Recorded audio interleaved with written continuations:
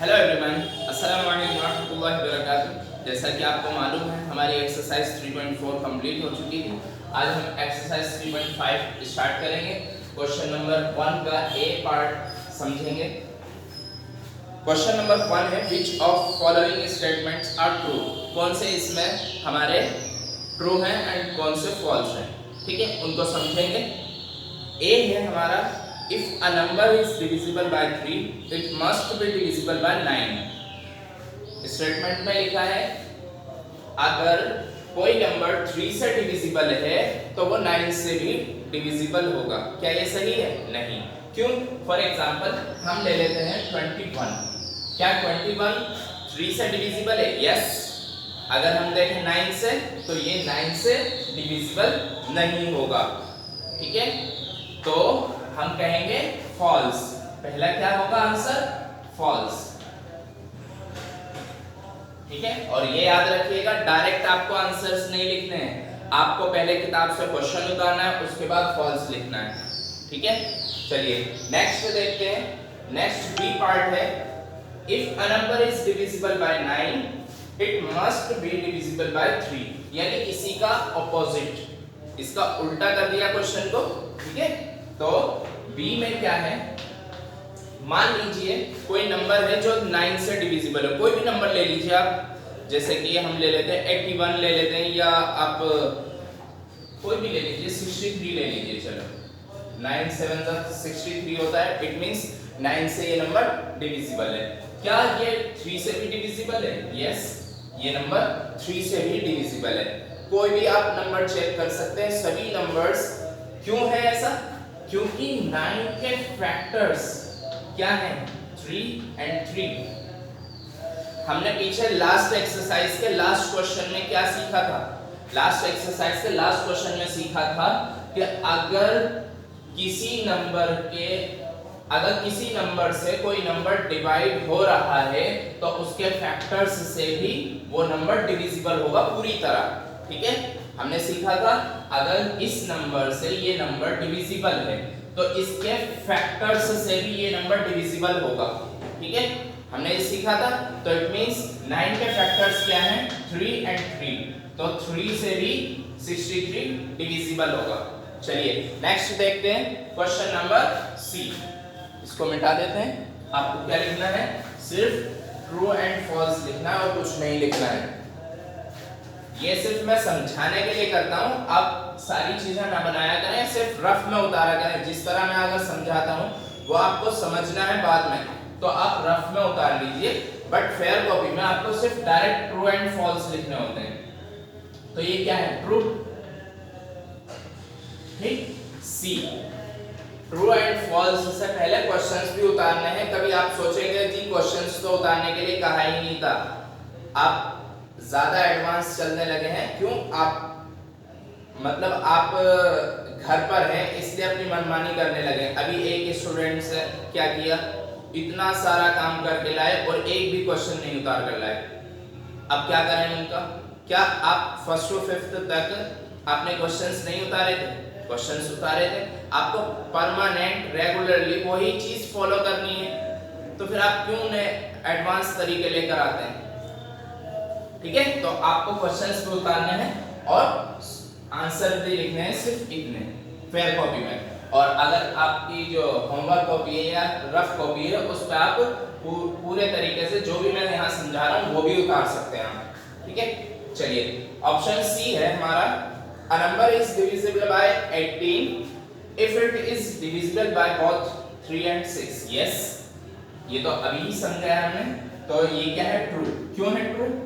देखते हैं। ट्रू है इसलिए कि अगर कोई नंबर 18 से डिविजिबल है, 18 से डिविजिबल है कोई नंबर, तो क्या वो 3 एंड 6 से भी डिविजिबल होगा? यस, क्योंकि 3 एंड 6 क्या है? 3 एंड 6 18 के फैक्टर्स हैं। 18 के फैक्टर्स हैं 3 एंड 6, तो 3 एंड 6 से भी वो नंबर पूरी तरह डिविजिबल होगा, ठीक है। चलिए नेक्स्ट देखते हैं क्वेश्चन नंबर डी। डी को देखते हैं। डी क्या कहता है?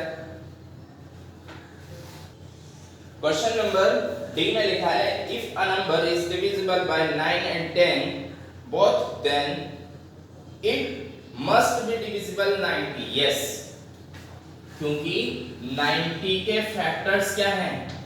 9 and 10. अगर इन नंबर्स से दोनों से कोई नंबर डिविजिबल है तो जाहिर है 90 से भी डिविजिबल होगा। इन दोनों नंबर्स से अगर कोई नंबर डिविजिबल है तो हमारा 90 से भी वो नंबर डिविजिबल होगा। फॉर एग्जांपल 180 ले लेते हैं। 180 क्या है? 9 से भी डिविजिबल है, 10 से भी डिविजिबल है और 90 से भी डिविजिबल होगा। तो हम कह सकते हैं दिस स्टेटमेंट इज ट्रू। और आप सीधे वे में ये भी समझ सकते हैं कि इन्हीं दो नंबर के प्रोडक्ट से जो नंबर आता है वो नंबर उस नंबर को डिवाइड कर सकते हैं। ठीक है, तो डी आपका क्या रहेगा? ट्रू। डी के बाद ई, और ई में लिखा है if two numbers are co-primes at least one of them must be prime। तो ये क्या है? ट्रू है, फॉल्स? फॉल्स। रीजन मैं बताता हूं। अभी हमने पीछे एक एग्जांपल देखा था 18 and 35 लास्ट एक्सरसाइज में, और ये दोनों नंबर्स क्या निकले थे? हमारे को-प्राइम नंबर्स निकले थे। को-प्राइम थे ये दोनों और हैं भी, क्योंकि इन दोनों का कोई कॉमन फैक्टर नहीं है। कॉमन फैक्टर ना होने पर को-प्राइम नंबर होते हैं। और अब इनमें देखिए, क्या ये दोनों प्राइम नंबर्स हैं? नहीं, दोनों में से एक भी प्राइम नंबर नहीं है। ये 2 से डिविजिबल है, ये 5 से डिविजिबल है। इट मींस ऐसी कोई शर्त नहीं है कि एक नंबर प्राइम नंबर होना कंपलसरी है। तो ये क्या है? फॉल्स। तो हम लिख देते हैं फॉल्स। ई का आंसर क्या होगा? फॉल्स। इसके बाद ई के बाद एफ। एफ क्या है हमारा? All numbers which are divisible by 4 must also be divisible by 8। देखिए, अगेन सेम क्वेश्चन है जो अभी हमने पीछे समझा है, सेम वही कंडीशंस हैं। अगर 8 के फैक्टर्स के बारे में बात हो रही होती तो हम कह देते कि भाई डिविजिबल है, लेकिन अगर 4 के बाद, यानी अगर 4 से डिविजिबल है तो 8 से भी डिविजिबल होगा, ये नहीं हो सकता। क्यों नहीं हो सकता?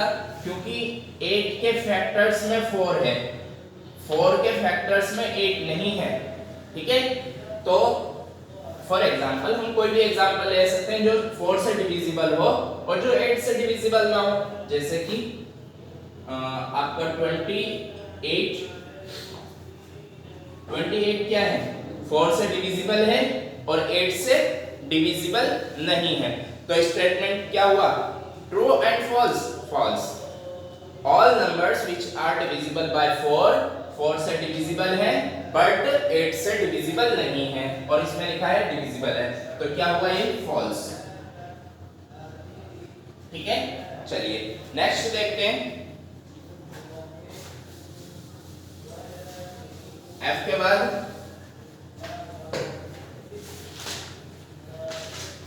जी क्या है?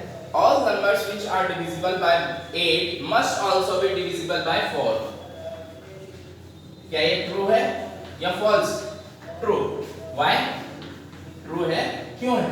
क्योंकि इसने कहा है all numbers which are divisible by 8 must also be divisible by 4। यानी जो नंबर 8 से डिविजिबल होंगे वो 4 से भी डिविजिबल होंगे। क्यों होंगे? क्योंकि 8 के फैक्टर्स में हमारा 4 इंटू। ठीक है, तो हम कह सकते हैं जो नंबर इस नंबर से डिविजिबल है वो नंबर इस नंबर से भी डिविजिबल होंगे। चलिए नेक्स्ट समझते हैं। जी के बाद एच में क्या है? If a number exactly divides two numbers separately, it must exactly divide their sum. अब क्वेश्चन है, समझ लेते हैं पहले उसको, ठीक है। तो इसने कहा है अगर दो a number exactly divide two numbers, अगर किसी एक नंबर को दो नंबर्स क्या करते हैं, पूरी तरह डिवाइड करते हैं इसको, ठीक है। फॉर एग्जांपल हम नंबर ले लेते हैं, ऐसे नहीं समझ में आएगी बात, हम ले लेते हैं 18, ठीक है। 18 ले लिया। A number exactly divides two numbers separately. It must exactly divide their sum. Sorry, उल्टा हो गया क्वेश्चन, उल्टा समझ लिया हमने। देखिए क्या है, किसी एक नंबर से हम दो नंबर्स को डिवाइड कर सकते हैं। फॉर एग्जांपल हम एक नंबर ये ले लेते हैं, एक नंबर ये ले लेते हैं। 14 and 6 2 से डिविजिबल है, दोनों को ये 2 डिवाइड कर सकता है, ठीक है। दोनों को 2 डिवाइड कर सकता है। तो इसमें क्वेश्चन में यही है, if a number exactly divides two numbers separately, अगर टू नंबर्स को, ये 2 नंबर्स हो गए, एक नंबर ये, एक नंबर ये, क्या ये 2 दोनों को डिवाइड कर सकता है सेपरेटली? यस, 2 से हम इसको भी डिवाइड कर सकते हैं, 2 से हम इसको भी डिवाइड कर सकते हैं। सेपरेटली मींस अलग अलग, तो हम अलग अलग ही तो डिवाइड कर रहे हैं, इससे इसको कर रहे हैं, इससे इसको कर रहे हैं, ठीक है। अब अगर हम देखें तो क्या इन दोनों का सम क्या रहेगा? 20 रहेगा।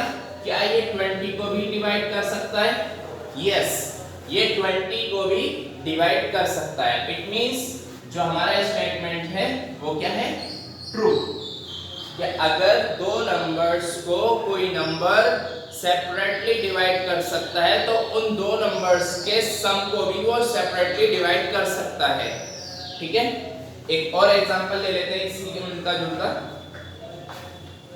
मान लीजिए हमने 18 लिया एक नंबर और एक ले लिया 21, ठीक है। ये दोनों नंबर किससे? 3 से डिविजिबल है, ठीक है। हम दोनों नंबर्स को 3 से डिवाइड कर सकते हैं। अब इन दोनों का जो सम होगा कितना होगा? 9 and 39 है इन दोनों का सम। जब हम इन दोनों को ऐड करेंगे तो सम 39 आएगा, और जब हम 3 से डिवाइड करेंगे तो ये नंबर पूरी तरह डिविजिबल होगा। इट मींस जो स्टेटमेंट है वो क्या है? ट्रू है। अगर किसी दो नंबर्स को हम सेपरेटली डिवाइड कर सकते हैं तो उन दोनों नंबर्स का सम भी हम सेपरेटली डिवाइड कर सकते हैं उस नंबर से, ठीक है। इसी तरह हमने एक और एग्जांपल देखा है नीचे, हमने 2 एग्जांपल्स देखे हैं, और भी बहुत सारे एग्जांपल्स ऐसे मिलेंगे आपको जो इस स्टेटमेंट को ट्रू कहेंगे, ठीक है। सभी एग्जांपल्स ऐसे ही होंगे। चलिए नेक्स्ट देखते हैं क्वेश्चन नंबर H के बाद I